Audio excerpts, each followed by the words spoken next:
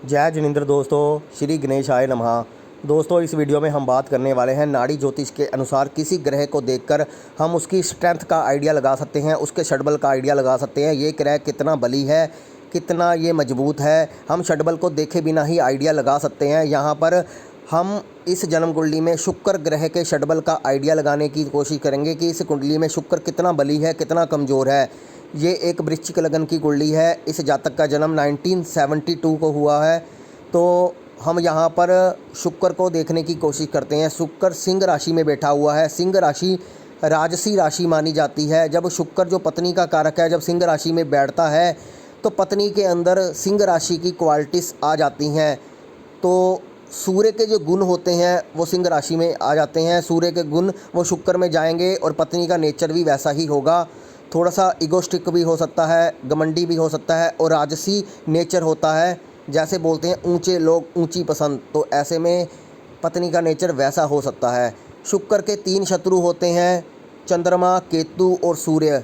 जब शुक्र पर इन 3 ग्रहों का प्रभाव होता है तो या तो जातक की शादी बहुत देरी से होती है, या पत्नी से बनती नहीं है, पत्नी से अलग रहना पड़ता है, या फिर पत्नी से तलाक हो जाता है। कोई भी स्थिति बन सकती है, यहाँ तक कि कई बार पत्नी की मृत्यु तक भी हो जाती है। ये कई कंडीशनें बनती हैं, वो जन्म कुंडली के अलग अलग ग्रहों के अनुसार प्रदर्शित होंगी। लेकिन हमें ये देखना है कि शुक्र ग्रह अगर बहुत ज़्यादा कमज़ोर है, ऐसे में इंसान को पत्नी का सुख नहीं मिलता, कारण चाहे कोई भी हो।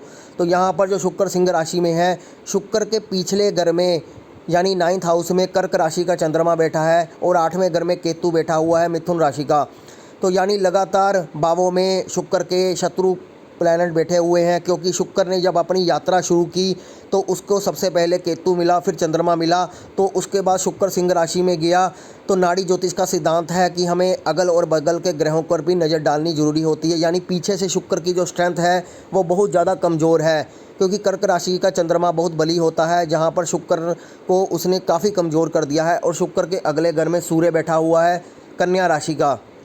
तो कन्या राशि शुक्र की नीच राशि मानी जाती है, तो उसके अगले घर में भी शुक्र काफ़ी कमज़ोर होता हुआ दिखाई दे रहा है। मंगल और बुध वहाँ पर अस्त हैं, लेकिन शुक्र का अगला घर भी पीड़ित है, कमज़ोर है। तो यहाँ पर हम कहेंगे शुक्र को कहीं से सपोर्ट नहीं मिल रहा, कमज़ोर है।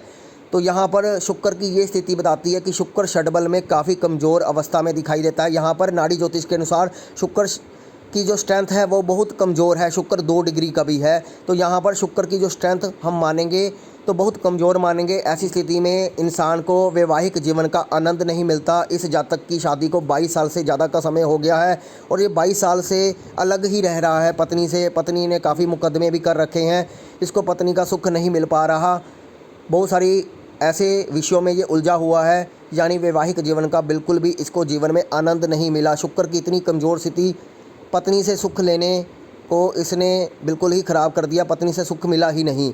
अब हम इसको वैदिक ज्योतिष के अनुसार षडबल में देखने की कोशिश करते हैं कि शुक्र कितना यहाँ पर कमज़ोर दिखाया जा रहा है। नाड़ी ज्योतिष के अनुसार ये पूर्णतः कमज़ोर स्थिति में है, बहुत ज़्यादा कमज़ोर स्थिति में है। हम यहाँ पर इसको देखते हैं।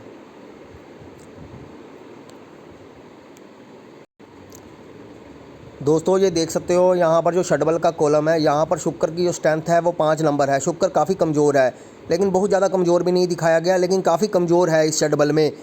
लेकिन अगर हम खुद अपने मैनुअल तरीके से इसको देखें तो हम यहाँ पर शुक्र को बहुत ज़्यादा कमज़ोर मानेंगे नाड़ी ज्योतिष के अनुसार, और यहाँ वैदिक के हिसाब से भी काफ़ी कमज़ोर ही है।